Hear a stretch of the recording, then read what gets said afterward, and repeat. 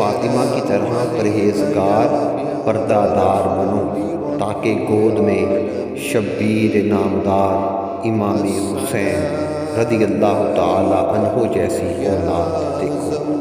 حضرت فاطمہ سلام اللہ علیہا و رضی اللہ عنہا حضرت محمد صلی اللہ علیہ وآلہ وسلم کی بیٹی اور حضرت علی علیہ السلام و رضی اللہ عنہ کی زوجہ تھی۔ وہ ایک عظیم اور بافضیلت شخصیت تھی جن کی زندگی مسلمانوں کے لیے ایک نمونہ ہے۔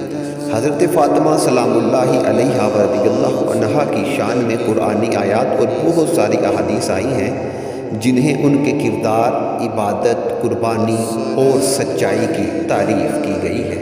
حضرت فاطمہ سلام اللہ علیہا و رضی اللہ عنہا کی زندگی عبادت، تقویٰ اور اللہ تعالیٰ کے ساتھ تعلق میں مثالی تھی۔ انہوں نے اپنی زندگی میں بہت سے سخت حالات اور آزمائشوں کا سامنا کیا، لیکن ہمیشہ صبر اور شکر کے ساتھ اللہ کی رضا کی کوشش کی۔ جب ان کے شوہر حضرت علی رضی اللہ تعالیٰ عنہ اور اولاد کو مشکلات کا سامنا ہوتا تو وہ صبر و تحمل کے ساتھ ان کا ساتھ دیتی۔ حضرت فاطمہ طیبہ طاہرہ سلام اللہ علیہا و رضی اللہ عنہا کا دل انسانوں کے لیے نرم تھا۔ وہ ہمیشہ غریبوں، یتیموں اور محتاجوں کی مدد کرتی اور اپنے گھر کے کام خود انجام دیتی۔ ان کے کردار میں سادگی اور خدمت کا جذبہ تھا۔ ان کی زندگی میں عفت، عزت اور وقار کی بہت بڑی اہمیت تھی۔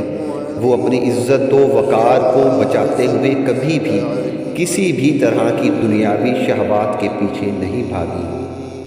ان کے علم کی گہرائی اور فہم کو بہت سے صحابہ اور اہل علم نے سراہا۔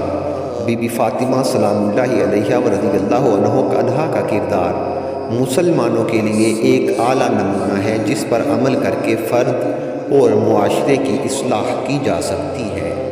حضرت بی بی فاطمہ سلام اللہ علیہا و رضی اللہ عنہا ہمیشہ اپنی عزت اور حیا کو مد نظر رکھتے ہوئے پردہ اور حجاب کی پابندی کرتی تھی۔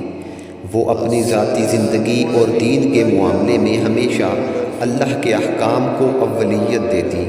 ان کی حیا اسلامی معاشرتی اصولوں اور اخلاقیات کی عکاسی کرتی ہے اور آج بھی مسلمان خواتین کے لیے ایک اعلیٰ نمونہ ہے۔